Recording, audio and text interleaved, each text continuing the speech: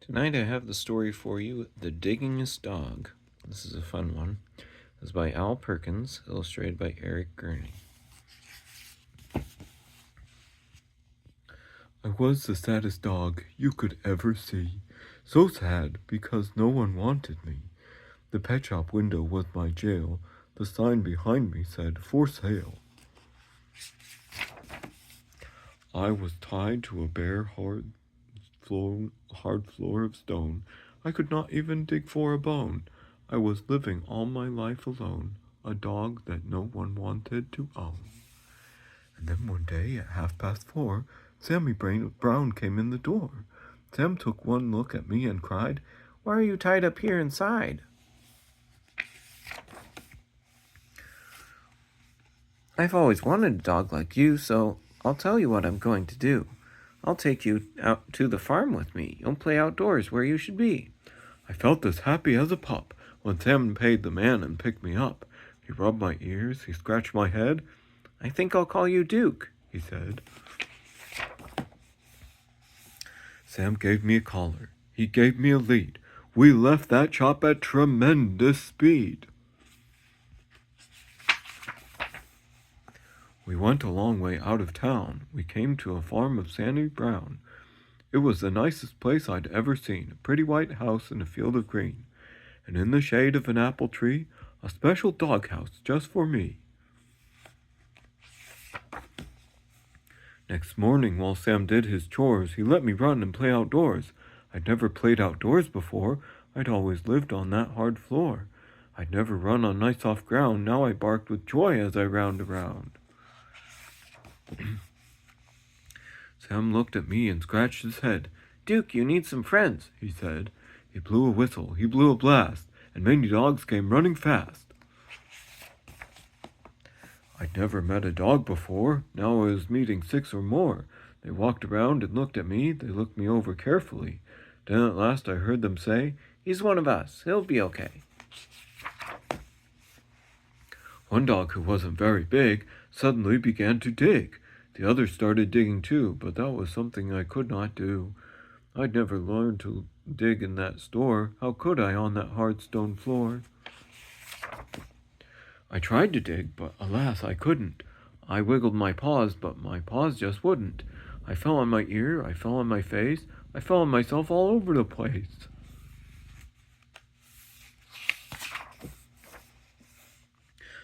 The others said, "Duke may be big, but he's no good. He cannot dig." They stuck their noses in the air. They walked away. They left me there. "I'll teach you, Duke," cried Sammy Brown. I'll teach you how to dig deep down."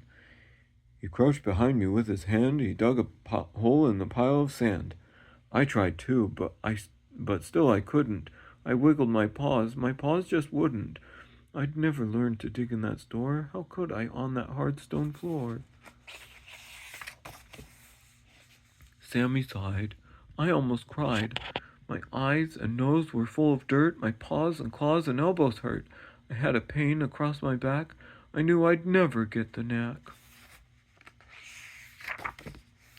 Sam felt sad and I felt bad. If only I could make him glad. We both knew I'd never get it right. Sam and I couldn't sleep that night. So when the sun rose in the sky, I thought I'd give it one more try. I wiggled one paw, I saw it could. I wiggled the other, I saw it would. I could dig with my paws, I could dig with my claws. I felt no pain across my back. I knew at last I had the knack. Sammy Brown looked out at me. He saw me digging happily. "Good for you, Duke," Sammy cried. "I knew you'd do it if you tried." So I dug further. I dug faster. I dug and dug to please my master. I dug up grass. I dug up weeds. I dug up daisies. I dug up seeds. I dug up the fence. I dug up the gates. I dug up the garden of Mrs. Thwaites. I dug up the rooster. I dug up the hens. I dug up the sheep and the pig in their pens. I dug and dug.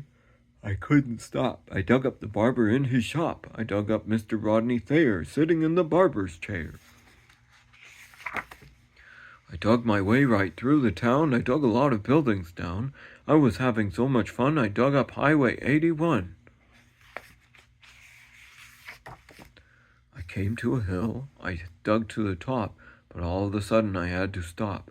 Right there in front of me, looking down, there stood my master, Sammy Brown. Sam didn't smile or pat my head. He only glared at me and said, I'm sending you back to that animal store. They'll tie you to that hard stone floor, and you'll never, never dig any more. I couldn't run. I couldn't hide. Dogs came at me from every side, and then suddenly I knew there was just one thing for me to do. I ran away from Sammy Brown. I dug a hole that went straight down. I left him standing up on top. I dug and dug. I didn't stop.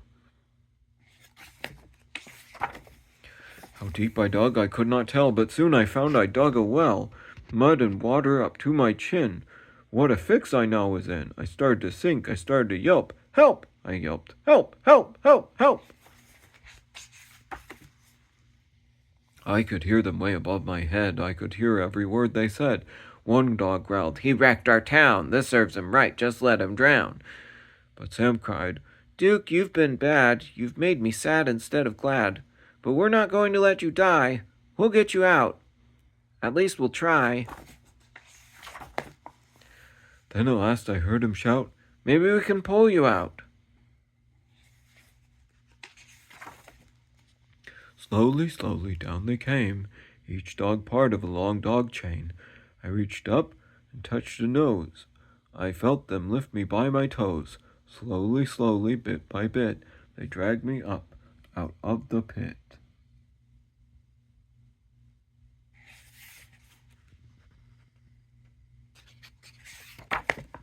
I thanked the dogs and Sammy Brown, and then I started back toward town. I knew I had to dig once more to fix things up as they were before.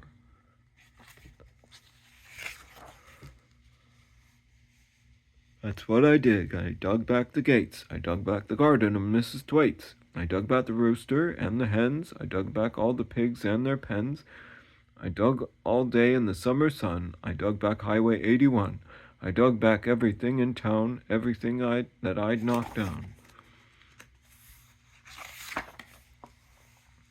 Today, well, when I dig, well, I'm careful now. I'm useful, too. Sam lets me plow.